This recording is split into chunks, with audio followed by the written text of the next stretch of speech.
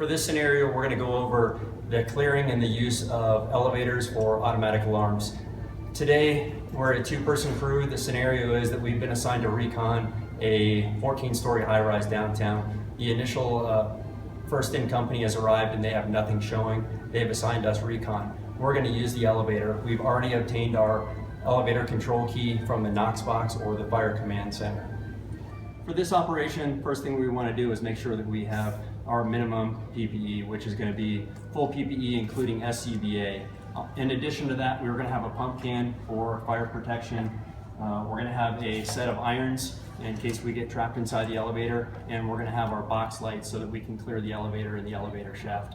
Next step we're going to take is we're going to make sure that our elevators have not been recalled already. If our elevators have been recalled or in phase 1, that's meaning that a smoke or a heat alarm or there's been water flow in the hoistway, in the elevator machine room, or in the lobby.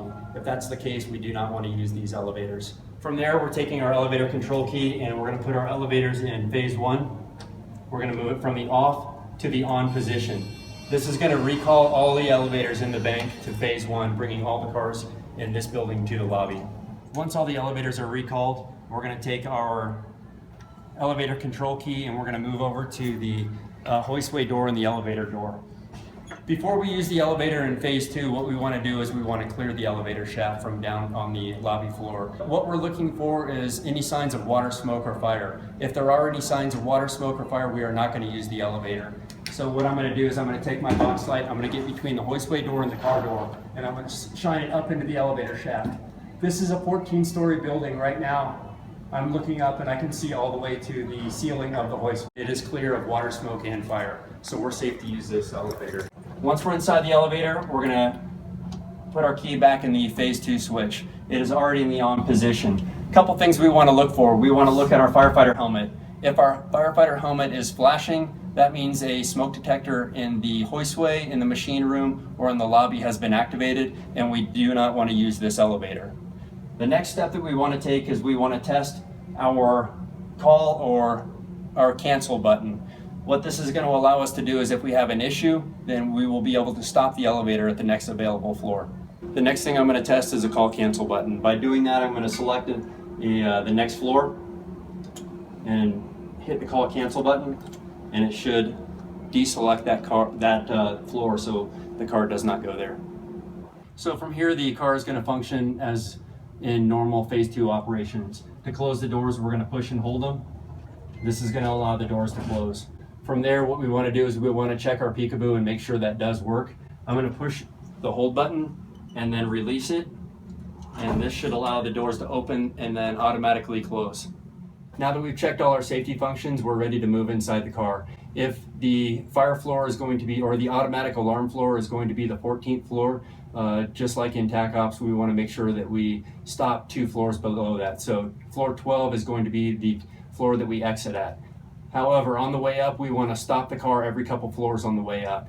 As we're moving up and we're checking floors, we're again checking for water, smoke, or fire. If we come across water, smoke, or fire and on our way up, then we're going to exit the elevator and we're going to use the stairs from there on up. When we get to 4, I'm going to use peekaboo to make sure that we don't have any signs of smoke or fire outside. So I'm going to have my partner look outside as I open up the door using peekaboo. It's good. All clear.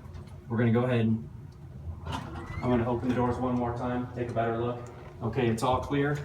We're going to go ahead and select floor number, we'll go to 7. We're going to close the doors.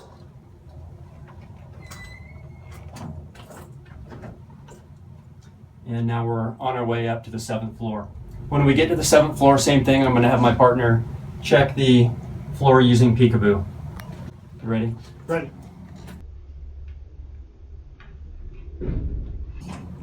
Clear. All clear. I'm going to double check right now.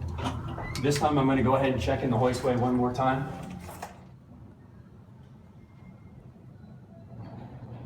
Hoistway's clear. No signs of smoke or fire on the floor on floor 7.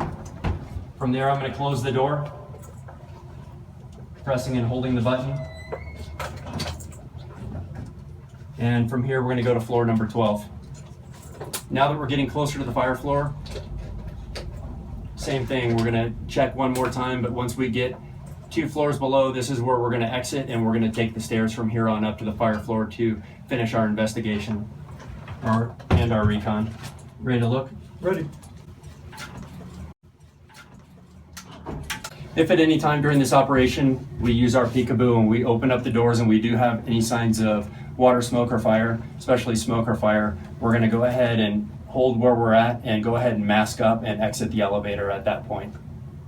At this point, we're going to go ahead and take our elevator and we're going to move it to the hold position, and we're going to take our key with us so that we can maintain control of this car for future use. After we've finished all of our elevator operations, then we're ready to put the car back into normal operations. To do this, it's just a reverse sequence. We're going to come over here and we're going to take our elevator control key. We're going to move it past the hold position to the off position. This is releasing this car from phase 2. After that, we're going to come back out to phase 1. We're going to take our phase 1 key, which is in the on position. We're going to move it past off to bypass or the reset position. Hold it for 3 to 5 seconds, move it to the off position. Now this is going to reset all the cars to normal operation. We want to make sure that they are in normal operation before we leave the building.